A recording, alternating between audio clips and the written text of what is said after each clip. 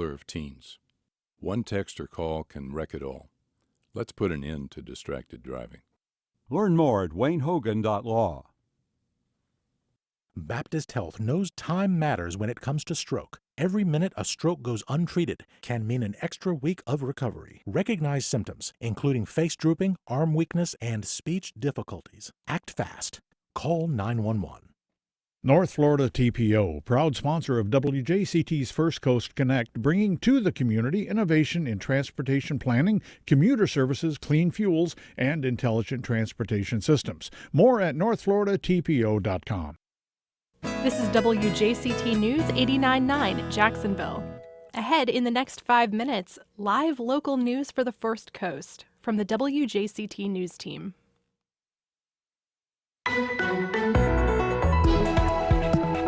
It's What's Happening. Hi, I'm Melissa Ross. And just ahead, hear from some of the biggest newsmakers in the community on First Coast Connect, where we discuss the issues and stories that affect your life all across the First Coast. We also ask for your phone calls, emails, and tweets. Engagement is what drives this show, so engage with us right now as we get started here in just a few minutes on First Coast Connect.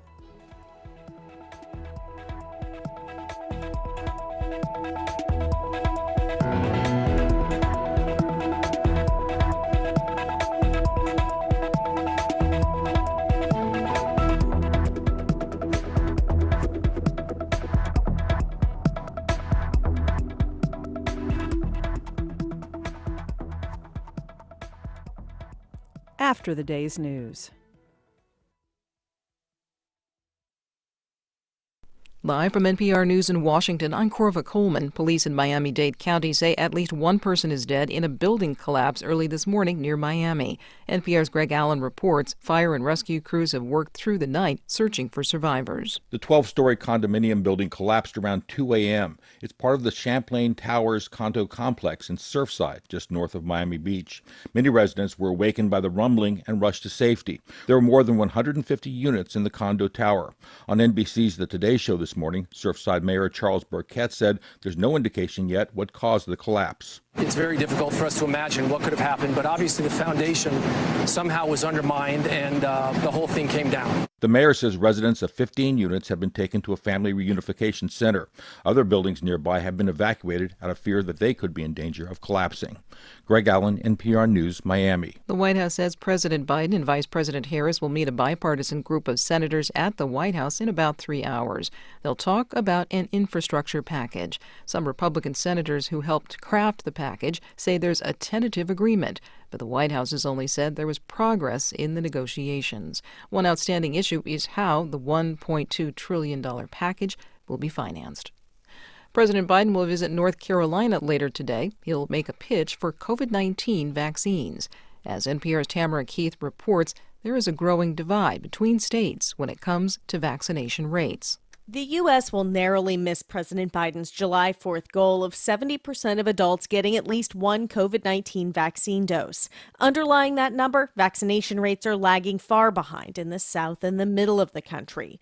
Joni Perkins, an administrator at North Sunflower Medical Center in rural Mississippi, says vaccination efforts are running into a wall of misinformation and fear. My personal opinion, and I don't want this to happen, but I think we're going to see some resurgence in the areas that are less vaccinated. And I hope I'm wrong, but maybe that'll drive it home. The White House is emphasizing that although life has largely returned to normal, those who are unvaccinated remain vulnerable to COVID. Tamara Keith, NPR News. A new study finds that American life expectancy has fallen by almost 2 years. NPR's Allison Aubrey says the decline began in 2018. In 2018, people in the U.S. could expect to live on average about 79 years, but by the end of 2020, this had declined to about 77 years. In addition to all the deaths from COVID, there were also deaths linked to disruptions in healthcare, chronic conditions that went undertreated, and drug overdoses. And what's most striking is the extent to which life expectancy is linked to race and ethnicity. NPR's Allison Aubrey reporting. The study found life expectancy declined about 3.3 years for Black Americans. It fell nearly 3.9 years for Hispanic Americans. This is NPR. And the time is now 4 minutes. The Labor Department says its latest weekly... The time is now 4 minutes after 9. This is WJCT News 89.9 in Jacksonville. 4 Northeast Florida county school districts rank in the state's top 10 for third graders' scores on this year's English Language Arts exam. St. John's is number 1 in the state, with Baker, Nassau, and Clay trailing close behind. According to the Florida Department of Education, more than 2/3 of third graders in St. John's, Baker, Nassau, and Clay scored satisfactory or higher, while fewer than half of Duval and Putnam counties' third graders passed the exam. The statewide passing rate of 54% is 4 percentage points lower than in 2019, the last time the exam was administered. The Mayo Clinic has some advice if you are looking to travel this summer after a year of staying home to avoid exposure to the virus. Traveling is safe if you are fully vaccinated and healthy, says Mayo Vaccine Research Director Dr. Gregory Poland. But if you are not vaccinated or you are immune compromised, traveling may not be a good idea. Probably the best advice I could give for any of these questions about travel for individuals is talk with your healthcare provider. They will have a sense of where you are immunologically, what your risks are. Because children under 12 are still unable to get vaccinated, it's important they continue to wear masks and socially distance during trips. Right now it's 79 degrees. We have some clouds in Jacksonville. Support for NPR comes from NPR stations. Other contributors include Workday, an enterprise management cloud focused on helping organizations adapt to change and prepare for what's next. Workday, the finance, HR, and planning system for a changing world.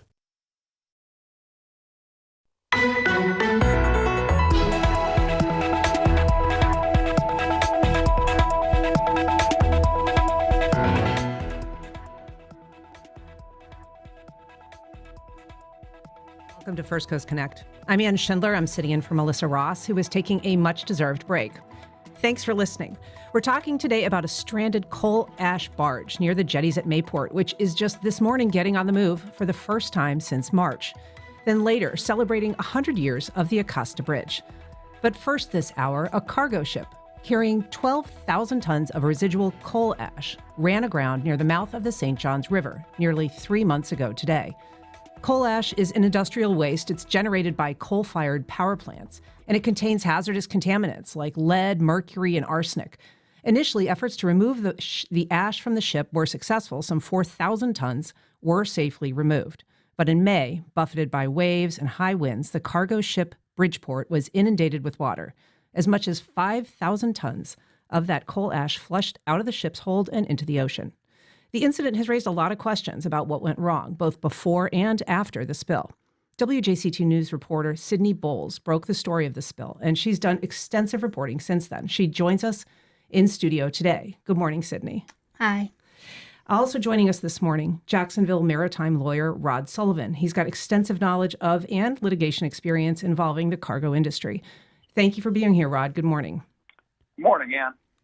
Sydney, I'm going to start with you if it's all right. Tell us what you've learned about this ship, the journey that it was on, and why it ran aground in the first place. Sure. So this ship left a port in Guayama, Puerto Rico on March 14th, bound for a private port here in Jacksonville. It was headed towards a landfill in South Georgia, but it ran into some trouble. It ran into some intense weather out there on the ocean on March 22nd. And in order to avoid the ship running into some jetties or something more dangerous, the captain ran it aground in the sand about a mile south of the mouth of the St. Johns River. So I think some people would be surprised to learn that this was an intentional grounding and not an accident. But there's other things, I think, about this incident that we haven't known or perhaps haven't been widely broadcast. So start with a little bit about what is in this barge, how much it was holding, what the coal ash that it was carrying contains chemically. Sure. So the ship's cargo was about 12,000 tons of coal ash, which is an industrial waste product that's produced when you burn coal for energy. Actually, it's interesting. It was actually known by the trade name Agramax, which is a mix of multiple different types of ash, a lighter ash and a heavier ash. and it's ostensibly has some positive uses as part of construction materials. But in this instance, it was being headed for disposal in a Georgia landfill. The EPA does not regulate Agramax as a hazardous waste product, and it says that the levels of harmful toxins in this substance are low. However, it does still contain things like arsenic, lead, boron, lithium, radioactive components, and those can be hazardous under the right circumstances. So I think there's definitely reason to ask questions about what this substance might be up to now that thousands of tons of it have been released off of our coast. And give us a little bit of the chronology. This ship ran aground in March. What initially they were successful, I guess, in removing some of this ash. What happened then? Yeah, so they did. Over the course of a couple of weeks, they removed as much as 4,000 tons of this stuff. They loaded it onto a hopper barge and they transported it to land for safe disposal. But later in March, there was some weather. Excuse me, in mid-May, there was an additional nor'easter that occurred, and the ship listed further to the left. It took us a really long time to figure out the consequences of that spill. I think, because of the intense weather at sea, salvage divers, state and national regulators had difficulty accessing the barge to figure out what exactly the status was. And internal emails show that as early as, in the days following the spill, there was concern that as much as 9,000 tons of this stuff had spilled. That was not made public at that time, and I think we should definitely ask questions about why that was. Now that divers have been able to access the hold of this barge, we know that some 4,000 tons remained in the ship throughout all this turmoil. And so, the latest information is that some 5,000 tons are likely to have spilled. So there are questions you might have, listeners. If you live near the Mayport jetties, if you live in Atlantic or Neptune beaches, or if you have any questions or concerns about this spill or the barge running aground in the first place, please give us a call. We're at 549-2937. I'm going to turn now to Rod Sullivan. He is a maritime lawyer in Jacksonville. He's got a lot of experience with cargo shipping and the cargo business in general. Rod, are we seeing more of these kinds of accidents in the cargo industry, or does it just seem like it? I think, in our recent experience here in Jacksonville, we have the El Faro that tragically sank during a hurricane, the Golden Ray, which is currently capsized in St. Simons Sound in Georgia, the explosion at Jacksport of the cargo vessel carrying cars just last year. And I mean, of course, it's not really related to Jacksonville, this terrible disaster in Sri Lanka. And now this Bridgeport. I wonder, is there any commonality, any thread that you see among those incidents? I don't see an international or a national trend toward greater maritime accidents, but North Florida and South Georgia has had more than its fair share in the last few years, beginning with the El Faro, of course, and the tremendous loss of life there. So I really can't say that that there are more maritime accidents, but they seem to be here for some reason. And there's no commonality. There's no common thread which goes through all four of these incidents that can really tie them together. Mm-hmm. What do you, when you see this particular incident, the Bridgeport running aground, what stands out to you about what went wrong? Well, what really went wrong was I mean, ships go aground all the time. Ships sink all the time. Those are not unusual events.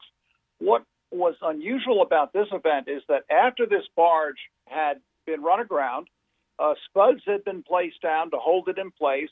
The hold had been flooded to hold it in place. It was after that, during this heavy weather on May 14th, that it turned over. Now that's unusual, and I'm actually very surprised that with salvers on board, tugs nearby, and everything else, that actually happened. And why it happened is not something we have any details about, other than the fact that they had some heavy weather. Because this is not categorized as hazardous waste by EPA or regulated as hazardous waste, even though it's a waste product that contains some hazardous materials, it isn't required, it's my understanding, to have a more secure form of transport. This cargo ship is essentially kind of a moving dumpster, really. It's got a big waste hold in it. It's pushed or powered by a tug rather than being operated by, an independent engine. Is there anything, this incident had these cargo covers kind of blow off during the storm, which is supposed to protect the what's in that cargo hold. Is there anything that could have prevented that from happening, which may have prevented water from accessing the coal ash? Well, yeah, first of all, this is not an ordinary barge. This is a double-hulled barge, meaning that it has a large void space on all sides of about 3 feet, so that it's really not subject to sinking as a result of a collision. It's not subject to leaking when it runs aground. But it does have hatch covers on it, and the hatch covers are supposed to be what they call dogged down. And if the dogs are firmly in place, you should be able to turn this barge over 90 degrees, 180 degrees, and not have any cargo spill out. I'm speculating here because we don't have the precise information, but my speculation is that when they were removing the 5,000 tons of Agramax to bring it ashore, they put the hatch covers back in place, but they never dogged them down. And therefore, when they hit this heavy weather on May 14th, and the barge tipped over 90 degrees, the hatch covers were not there to stop the rest of the Agramax from flowing out of the hull and onto the bottom. Sydney, I want to turn back to you for a second here. So going forward, what is happening in terms of sampling the water, the sediment, the beaches to see if this material has had any long-term impacts, and how are they going about doing that testing? So to the best of my knowledge, all of the testing that is going to be done has been done. We got an initial report from the Florida Department of Environmental Protection done by this private environmental research firm called RPI. That report came back just earlier this week, and I think experts are still looking through it to figure out what we can take from it.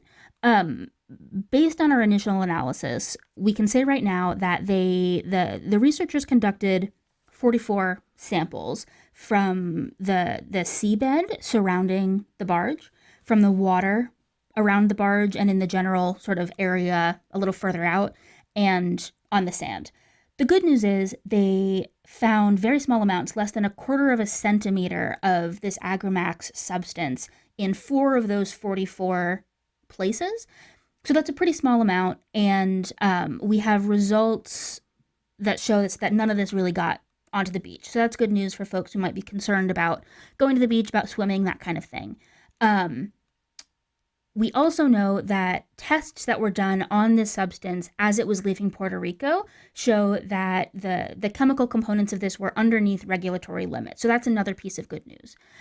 The one concerning piece of information that we can take from this report, which is around 60 pages total, it shows that in a couple of circumstances, boron and barium were slightly above the regulatory screening value immediately surrounding the barge. In some quantities, boron and barium can both be harmful to human health. I don't think we have enough information to say that in this particular circumstance, that's of a real concern. The DEP, the State Environmental Agency, is framing this as, pretty good results. And in fact, Quentin White, who's a marine scientist that I've spoken to multiple times and who I really trust on this issue, he said this is basically the best case scenario for sort of the spectrum of risk that we could see in this circumstance. So we, first of all, I invite your calls. We're at 549-2937 if you have questions. We did get a call from Jacksonville Beach, a resident who wasn't able to stay on the line, but wants to know if there will be any regulations or limits on fishing in that area, fish caught, and if there's been any impact on the restaurant industry. Can you address that a little bit? That's a great question, and I haven't addressed that in my reporting. Based on conversations with the spokesperson for the DEP, I can say they are not looking at changing any regulations as a result of this event. My next question for them is going to be whether there's going to be any sort of disciplinary action taken against any of the parties involved in this. I don't have the answer to that yet. As far as the seafood industry, I don't believe that there would be a significant impact now, but that's a really good question and one that I can pursue in my reporting. Rod Sullivan, when something like this happens, an incident, who is responsible for cleaning it up, removing the material or the ship and doing sampling, and who pays for that? Yeah, these maritime companies don't have insurance like you and I do, but what they do is they tend to join together in things called clubs, protection and indemnity clubs. And so when a major accident like this happens, they go to their club, and the club is the one who directs all the sampling to be done, all of the cleanup to be done, and the salvage to be done of the tug and barge. If the claim gets too large, for instance, the Golden Ray has exceeded what that club would cover, then it goes out to a consortium of clubs around the world. This claim on the Bridgeport will probably not rise to that kind of level. So the answer is it's not really insurance, but it's a group of ship owners who insure each other, and they pay for the cleanup. Very good. We've got a call from Michael. He lives in Atlantic Beach, and I think he's got some questions about why we're importing coal ash in the first place. Good morning, Michael. How are you? Good morning. I'm fine. What's your question? Yes. My question is, I just can't understand the economics of importing coal ash all the way from Puerto Rico on a barge, coming all this way to dump it in a Georgia landfill. I mean, the landfills in Florida, certainly, and Georgia are filling up. Why would we do this? And so I just don't understand the economics of that. That's a great question, Michael. Sydney, you've looked into kind of the reasons why we're accepting coal ash here locally and why it's being shipped ultimately to a landfill in Georgia from Puerto Rico. Can you explain a little bit about what's going on there? I sure can. This is something that I'm completely obsessed with. So this coal plant in Puerto Rico began operating in 2002, and one of its agreements with the island of Puerto Rico was that it would not dispose of coal ash waste on the island, because there was knowledge that there was a risk of disposing of this kind of stuff in kind of a coastal, tropical environment. So, right in the beginning, AES, this coal-fired power plant company, began exporting its coal ash to the Dominican Republic. But after there was some really dangerous stuff that was happening there on those DR beaches, the people of Dominican Republic basically rebelled against this.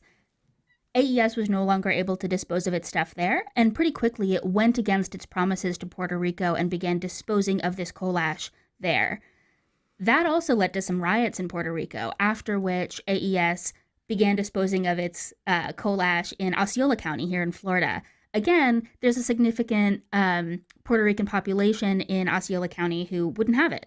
And now the next and most current iteration of AES trying to get rid of this stuff is this landfill in Charlton County, Georgia. I think that's a fascinating trend. I think it really speaks to, even though this stuff isn't regulated as hazardous waste, the people in the communities where this stuff is being disposed of are aware that it poses a risk to them.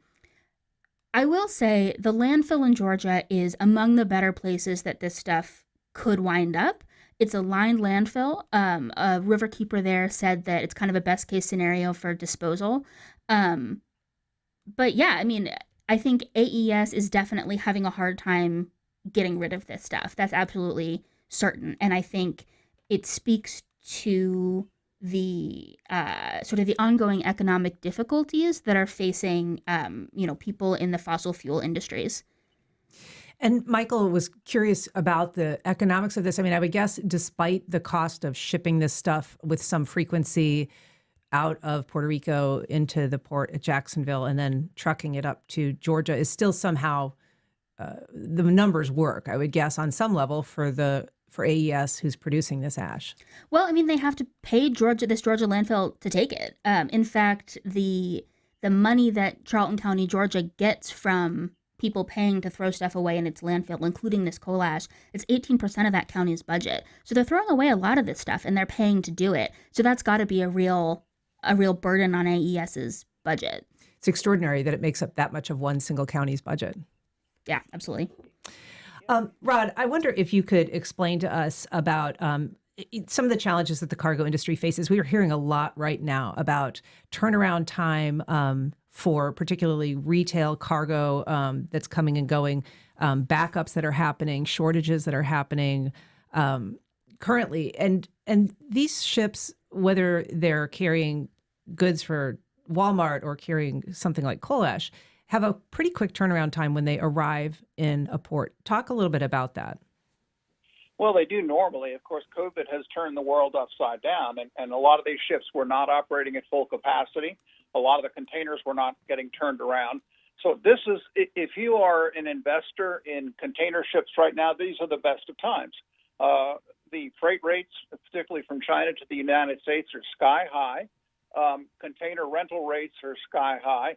And once your ship gets to the port of Los Angeles or Long Beach, it's stacked up while they're waiting to get enough longshoremen and truckers to move the cargo out.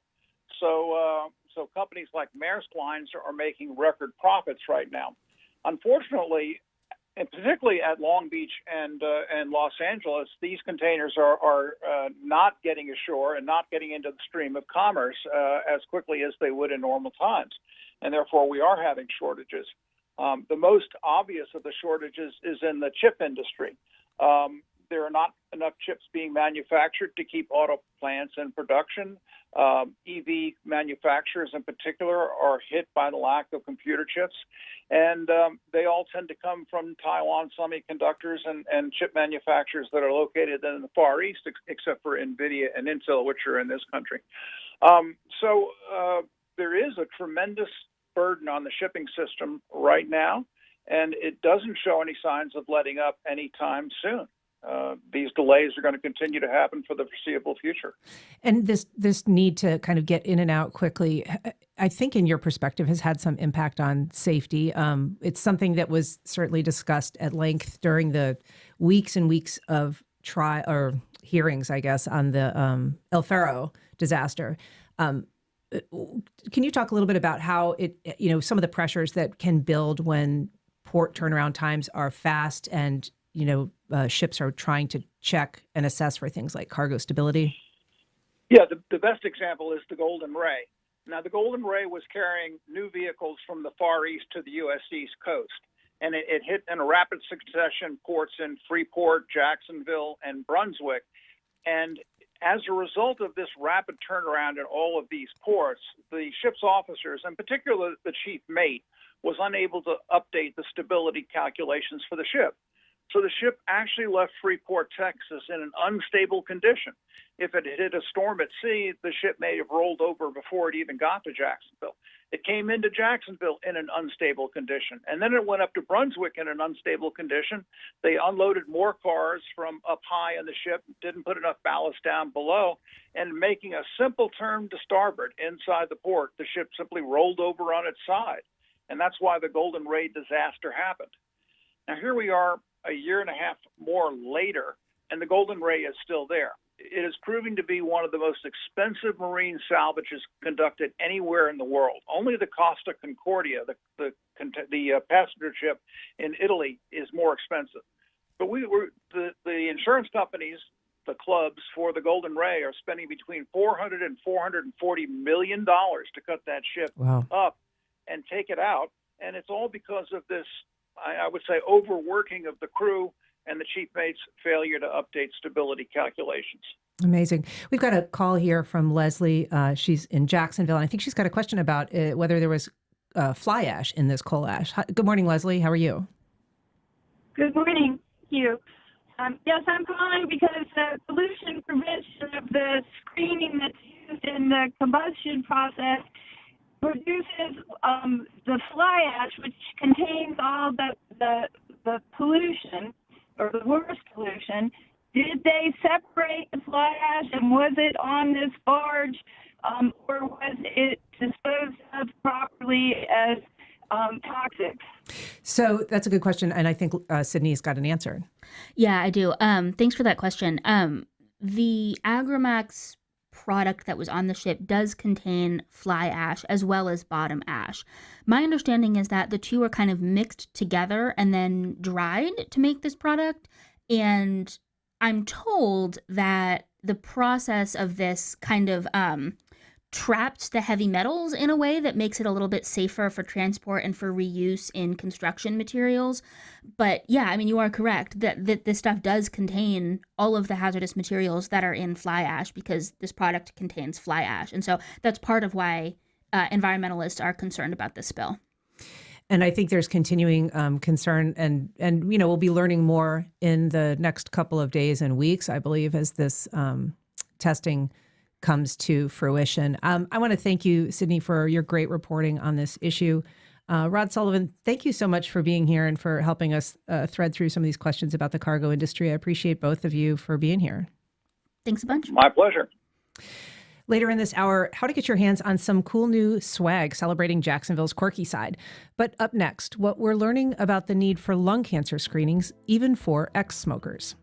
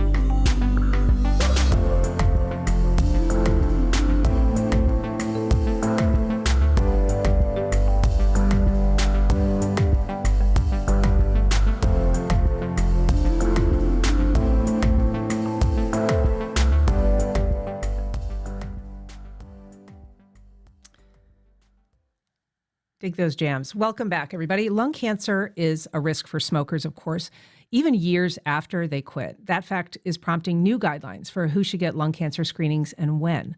Lung cancer is the nation's top cancer killer, causing more than 135,000 deaths each year, and the primary culprit is smoking. So here's the deal. If you smoked for 20 pack years, that's a pack a day for the last 20 years, and you still smoke today, or if you quit within the last 15 years and you're between the ages of 50 and 80, you should start getting annual lung cancer screenings. Melissa Roth spoke with Dr. Iram Amani, a pulmonologist at Memorial Hospital in Jacksonville. Let's take a listen. Hi, doctor. Good to talk to you. Thanks for being with us. We're glad to be here. So tell us about these new guidelines around annual lung screenings. As you know, let's talk about screening first. What does the screening mean? So screening basically is a testing of disease when there are no symptoms are present and you find the disease early on, and here comes the lung screening. So the new guidelines are recently changed. Our original guidelines were based on our landmark study that happened in 2011, actually was published in New England Journal of Medicine.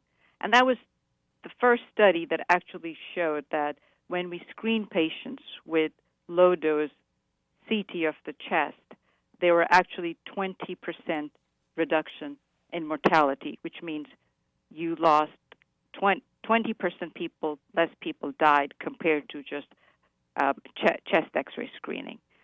Now, that study included patients who were 55 to 80 and had 30-pack smoking history. But since then, we have had a lot of data, a lot of information, and based on that, it was decided that to capture more patients, we need to lower the age. Plus, studies have shown that high-risk populations, especially African American, Latinos, and women, they tend to have lung cancer at younger age and a lower pack smoking history. So imagine to capture all those patients, now we are going to start screening at the age of 50 and goes up to 80. And remember, with this new screening, now almost 16 to 18 million will be eligible for lung cancer screening. That's a lot more people. It is the nation's top cancer killer, usually because of smoking, not always, though.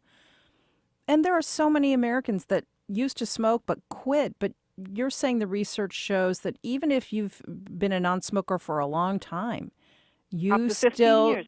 you could still be at higher risk for lung cancer. Yes? Absolutely, yes. Absolutely, yes. And remember, with these new screening guidelines, we are going to actually double the number of women that we're going to screen by these newer guidelines. Lung cancer survival, unfortunately, 80% of the lung cancer that we detect, they're already spread to other parts of the body. And at that point, we have very limited treatment options available. And 90% 5-year survival when you detect at a very early stage 1 compared to when we detect these lung cancer at later stage, where only 10% of the patient would be alive at 5 years. So that's why it is so important to go for lung cancer screening. Now, women go for mammogram, right? We do colon cancer screening, but we don't do much of lung cancer screening. And currently, only 5% of eligible people who are actually eligible to get screening are getting screened. You see the difference now. And what about the advent of vaping and how that has complicated lung health for so many Americans? Yes, it has. And, unfortunately, we don't have long-term data on vaping to suggest how much vaping, because it's not regulated. Some vaping have nicotine, which is mixed with so many other chemicals. But I can assure you that vaping is just as bad, especially if you're smoking nicotine with other chemicals, if not more, just like smoking cigarettes.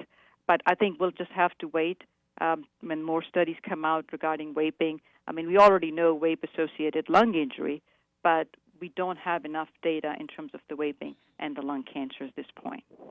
Okay, so as the guidelines expand then to down to age 50, and even for people who've quit smoking years and years ago, 15 years. 15 years.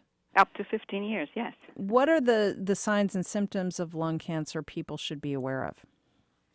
So unfortunately, Melissa, lung cancer is a silent killer. Absolutely no symptoms. And believe it or not, a lot of my patients, when they come to me, they get, CAT scans for some other reasons, and the spot gets picked up on a lung. That's why it is so important that anybody who has smoked, currently smoking, or have quit within 15 years to go for a CT of the chest. Unfortunately, most of the symptoms that we get in lung cancer, a lot of times at late stages, and some of those symptoms are like cough, shortness of breath, coughing up blood in the sputum. But at the same time, I just want, viewers not to get really worried that I have a cough and shortness of breath and wheezing and I have lung cancer. No, but these are the symptoms that we usually see in lung cancer, like, again, very, very non-specific symptoms, and we usually see that at the later stage. But in the early stages, you recommend a low-dose CT scan of the chest. Is that right? Yes.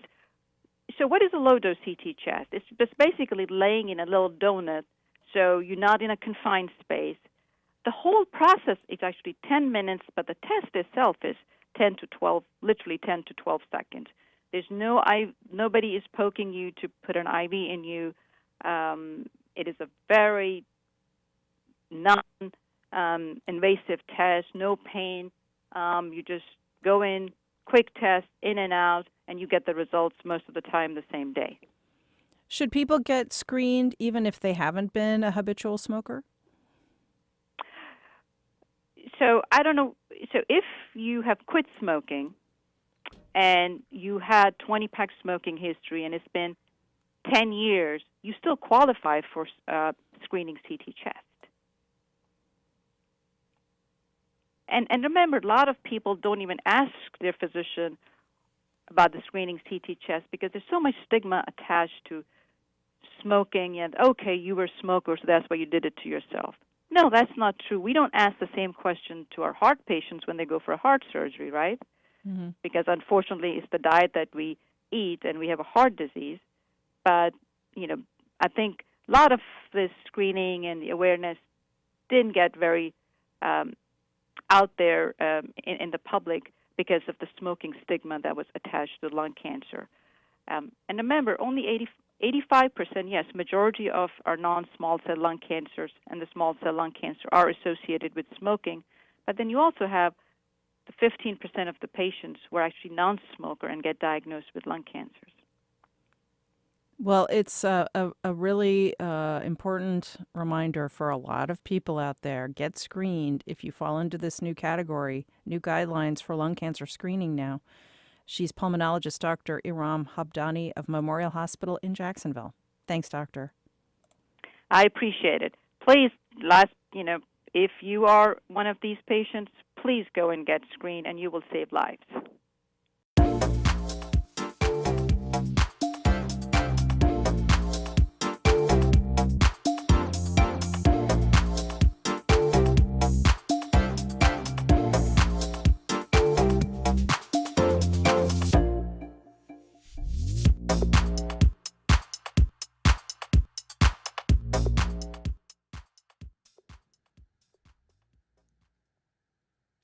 Well, the Acosta Bridge has been making a lot of headlines lately, and it's about to make some more for a milestone birthday. The span, which was the first bridge to carry automobile traffic over the St. Johns River, first opened on July 1st, 1921, which means it will turn 100 years old next week. To celebrate, the San Marco Preservation Society and the Jacksonville Historical Society plan to mark the occasion with a multi-day celebration featuring a variety of activities. Desiree Bailey, president of the San Marco Preservation Society, is on the line now with details about what's planned and how you can join in the festivities. Desiree, thanks for being here. How are you doing? Good morning. I'm great. How are you today? I'm great. Tell us what it is about this bridge that we should be celebrating. This bridge was fascinating because before this bridge was in existence, if you lived in Jacksonville, which at that time was on the North Bank, there were two separate cities. The South Bank was South Jacksonville. So if you wanted to go from one city to the other, you either took a ferry or you swam across the St. Johns River, which I don't think very many people did. So when this bridge opened, it really gave everyone the power to travel, to expand. It opened up the entire east coast of Florida because previously Flagler's Railroad Bridge was the only one which not a lot of people traveled on. So it was fascinating because it expanded right at the time of the land boom, and so many parts of town were developed and the commerce started, and it was just fascinating. What kind of specific development did it create? Housing? Was it more like business development that it generated when this bridge was built? I think across the board, it was everything. The fact that people had access to this land, that they could see. San Marco started being developed in the late 20s. Everything was opened up. San Marco, San Jose, all the way down into Mandarin, where there were places where I think people had traveled by boat and could, settle there. But to be able to cross the bridge, I believe that on the day the bridge opened, almost every single car in Duval County crossed over the bridge. It was such a monumental. So everyone was so excited. Apparently they partied for a few days.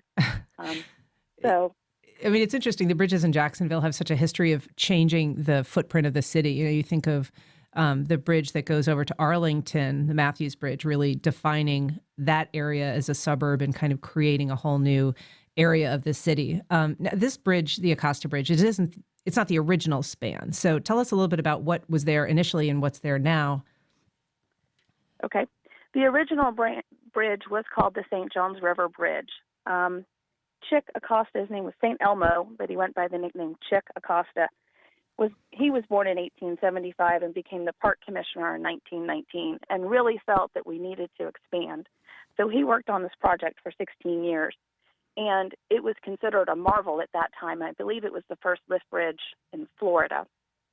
So it was a monumental structure. They picked the narrowest part of the St. Johns River to cross and built it. And it opened, like I said, in 1921, and it stood until, I believe, the late 1990s. Robin Robinson is our historian, so if some of my facts are off, you'll have to give me a break.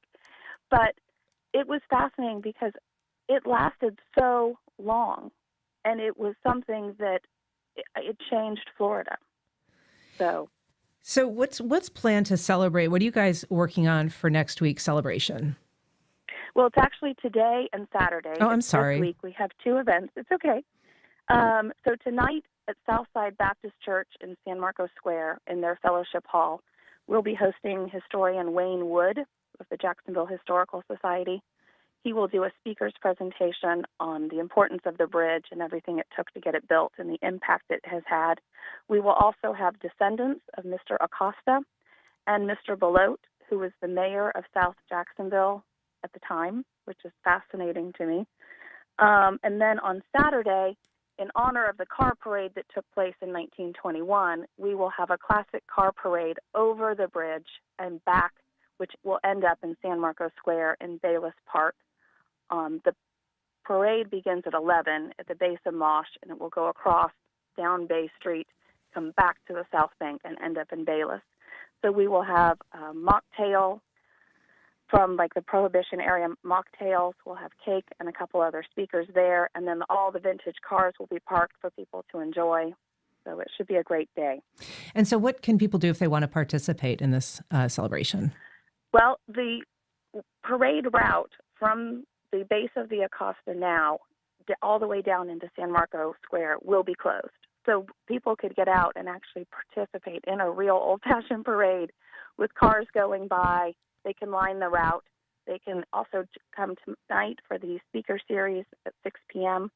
And then if they come on Saturday and line the parade route, they can just walk into San Marcos Square. Like I said, we'll have cake and mocktails and some speakers. And then, I think there's a few restaurants and bars that will also be featuring non-mocktails and actually Prohibition-era cocktails for people to enjoy. Okay. I think most of us are aware that the Acosta Bridge has been in the news recently, mostly because of a decision to light and then unlight and then relight some pride colors on the bridge. The Acosta, of course, has the lighted center portion where the Skyway runs, and it's become iconic in the city in a different way than probably the original span. Has that recent discussion, that recent controversy in any way impacted your plans for the celebration or just sort of the general attention that this bridge is receiving? No, not that I'm aware of. I do know that there is a pretty tight schedule for the lights that are on the bridge based on what I've seen. And the original colors were yellow and blue of South Jacksonville and Jacksonville. So I do believe that they will be lighting the bridge in celebration of the centennial this weekend with yellow on one side and blue on the other to show the crossing between the two cities. And for San Marco, when you say it's sort of developed around this bridge, what was there? Was it its own area that was defined, or was it really just not very built up until the arrival of this bridge? I don't believe that it was very much. I think at that point, a lot of Jacksonville had very large land grants and properties and things like that. So the smaller parcels were not being broken up until this land boom started in the mid to late 20s. And so how does and then into the 30s. How does San Marco itself celebrate this bridge? You're part of the Preservation Society there. What does the society do in terms of bridge celebration on a regular basis? Is it something that is seen as kind of core to that area's history? Yes, I would say so, because really, as the parade route will show, if you extend the Acosta Bridge, it comes right into San Marcos Square. So, and there are a lot of people that say, oh, I live in Avondale or Riverside, but it's only 5 to 10 minutes across the bridge, which, in most cases is the Acosta Bridge. So it's still a great thoroughfare for people to come to San Marco to enjoy everything that we have to offer. And it's an exciting time. It's interesting because I think we don't realize how, a lot of times in the national news, you'll see big centennial celebrations, and Jacksonville doesn't necessarily have a lot that we have paid attention to in the last few years. So when Robin Robinson had brought this up, we all got very excited and thought it was a great idea. So it's great that the city has gotten involved, the Jacksonville Transit Authority has gotten involved, and so with the parade route, I think it'd be fun for all the families to come out and enjoy it on Saturday. Well, we so appreciate you being here, Desiree. Desiree Bailey is president of the San Marco Preservation Society. They are going to be celebrating 100 years of the Acosta Bridge. Thanks so much for being here. Thank you. We'll be right back.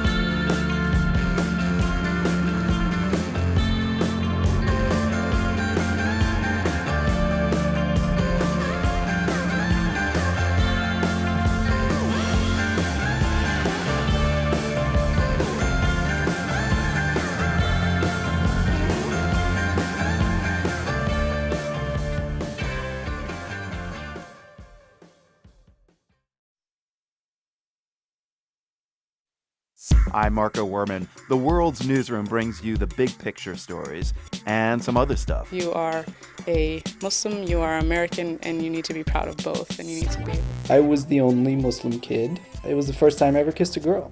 My mom found out, and I knew that I had to make up for it with a lot of prayer at home. Join us and hear the world.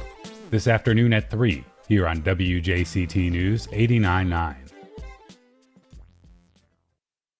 I'm Tanya Mosley. And I'm Peter O'Dowd. We take a look at the evolution of Americans' views on drug addiction. What really changed was the opioid epidemic that began to affect people across all races, and especially white people, and especially people in rural communities. And we get some cool summer read picks from NPR's Petra Mayer. That's next time on Here and Now. Today at 1 on WJCT News 89.9. On the next Fresh Air, how the right has mobilized against the teaching of critical race theory, the study of systemic racism, leading to the ousting of school board members accused of supporting teaching it and the drafting of legislation to ban teaching it. We'll talk with NBC reporter Tyler Kincaid about the people, money, and strategy behind this. Join us. Today at noon on WJCT News 89.9. One of America's leading pianists is paying tribute to those affected by the pandemic the best way she knows how. Art that does not have words, that is more abstract, is another type of a record. Pianist Simona Dinnerstein and composer Richard Danielpour, next time on 1A. Today starting at 10 on WJCT News 89.9.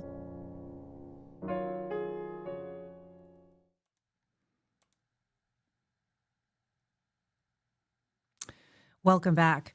Well, there is a fun new line of Jacksonville-themed products featuring everything from lapel pins with the orange T-Rex dinosaur on Beach Boulevard to Skyway T-shirts.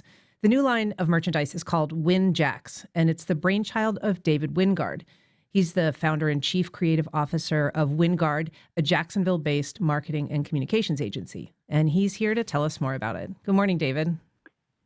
Good morning, Ann. Thanks for having me. Thanks for being on. So these items are really cute. I'm actually looking right now at one of these T-Rex dinosaur stickers. You've got lapel pins. You've got all kinds of gear. Tell us, what was the genesis for creating this new line of Jacksonville-themed swag?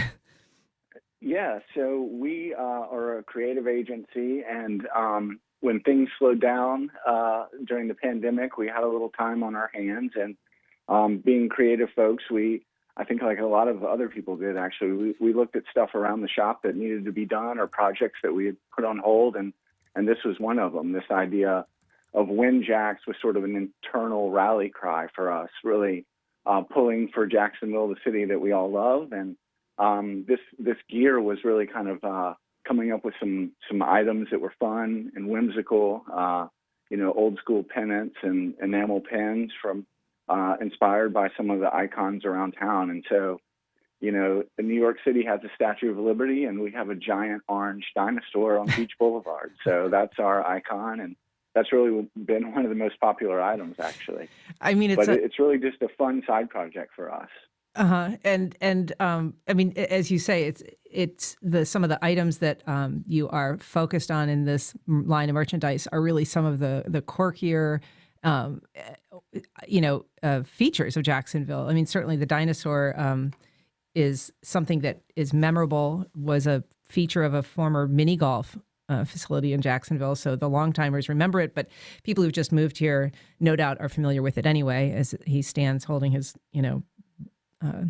that giant bone on Beach Boulevard. So why him? Why something that's, a little bit quirkier, like the Skyway, for instance? Yeah, I mean, I think you'd have to ask the folks of Jacksonville why Jack's Rex became so iconic. But, we are a quirky city. We're a big city, but we're really a small town.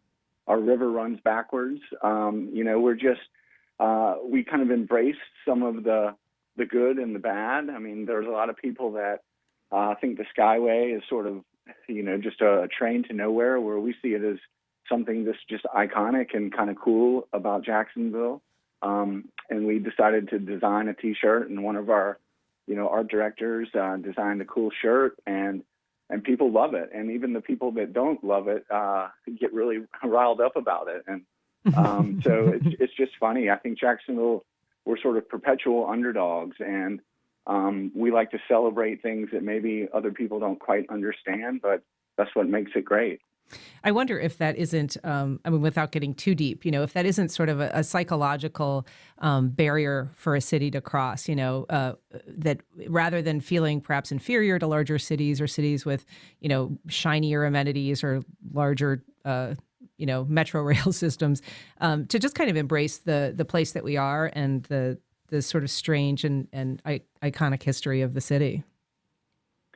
Yeah, I mean, I think Jacksonville's been through a lot. We've survived the yellow fever and the Great Fire and the Gus Bradley years. So, we understand that, something like tearing down the landing is kind of paving the way for progress, but we have a shirt that sort of commemorates the landing. And, those of us who grew up here hated to see it go, but look forward to, the future of downtown. And, that constant underdog spirit is really at the heart of Win Jacks. And we like to celebrate, anything that happens in this city that's good, whether it's a corporate relocation or, the announcement of a development in the shipyards. I mean, all those things are great, and, we're here to rally behind them.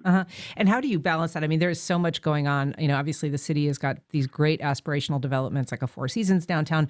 One of your pennants just has the old Bold New City of the South, which was, sort of heralding a new era of Jacksonville decades ago. How do you balance sort of the old Jacksonville and the desire to kind of embrace some of its flawed but perhaps iconic elements like the landing, and the push to change and develop and emerge possibly as a shinier Four Seasons type city? Yeah, I mean, I grew up here, and I remember driving across toll bridges and smelling the paper mill, and I saw our city grow up and get an NFL franchise, and so have great progress over, my time here. So we look forward to the future, but we also look at our past, and, we kind of say we're inspired by the past, present, and future of the Bold New City. Well, we have a number of these items to give away that you all dropped off here at the station. So if you just listeners, you can email firstcoast@wjct.org if you're interested. You can also look on the Win Jacks shop and find them for yourself. But we'll select a random winner for that giveaway. Thank you so much for being here. It was a pleasure to talk to you and fun to talk about these new products, David. Great. Well, thank you, Ann. It was a pleasure. And we're just really excited to share our work. So thank you very much for having us. You bet. Have a great day. That's it for the show. I'm Ann Schindler, sitting in for Melissa Ross, and you're listening to First Coast Connect on WJCT News 89.9 Jacksonville. We'll be back at 9 a.m. tomorrow. And if you missed anything, you can listen to the replay on WJCT.org and on your favorite podcast program.